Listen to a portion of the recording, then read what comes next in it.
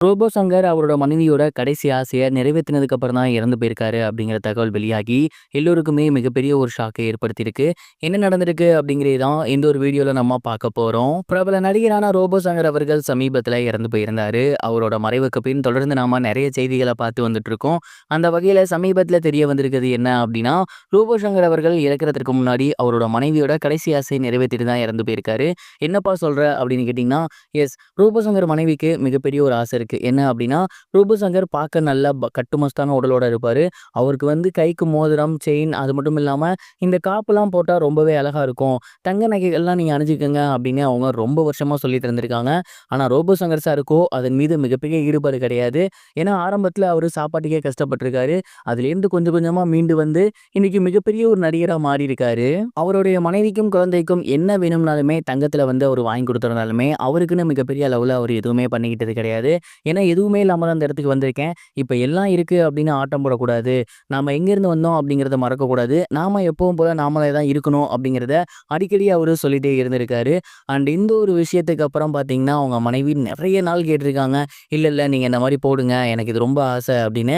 கடைசி நேரத்துல அவருக்கு என்ன பட்டுச்சோ இல்லையோ, ஹாஸ்பிட்டலுக்கு போயிட்டு வந்ததுக்கப்புறம் அவர் எந்த ஷோ அட்டெண்ட் பண்ணியிருந்தாலுமே, அவரோட கழுத்துல செயின பார்த்துருப்பீங்க. கையில மோதிரம், அது மட்டும் இல்லாம பிரேஸ்லெட் அப்படின்னு ஏகப்பட்ட விஷயங்கள் அவர்கிட்ட நம்ம பார்த்துருக்க முடியும்.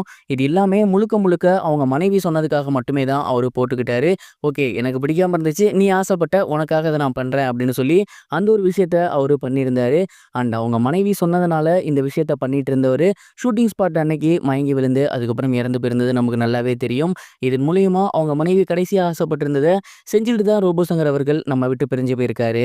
இந்த ஒரு விஷயம் சோசியல் மீடியாவில் வெளியாகி ரொம்பவே வைரலா போய்கிட்டு இருக்கு. இதை பார்த்ததுக்கு அப்புறம் நிறைய பேர் ரொம்பவே எமோஷனலா நிறைய விதமான கருத்துக்களை பதிவிட்டு வந்துட்டு இருக்காங்க. நீங்க இதை பத்தி என்ன நினைக்கிறீங்க? மறக்காம கமெண்ட் பாக்ஸ்ல ஷேர் பண்ணுங்க.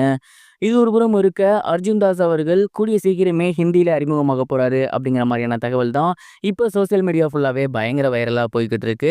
தமிழ்ல கைதி படத்தின் மூலியமா அறிமுகமாக இருந்தவர் தான் அர்ஜுன் தாஸ்.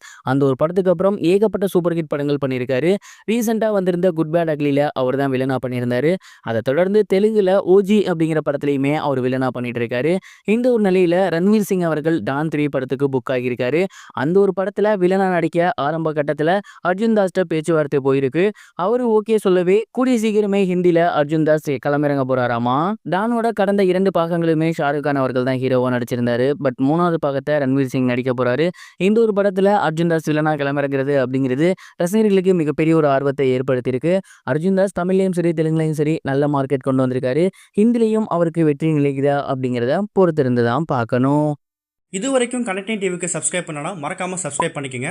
உடனடி அப்டேட்ஸ் பெறுவதற்கு நோட்டிஃபிகேஷன் பெல்லையும் கிளிக் பண்ணிக்கங்க.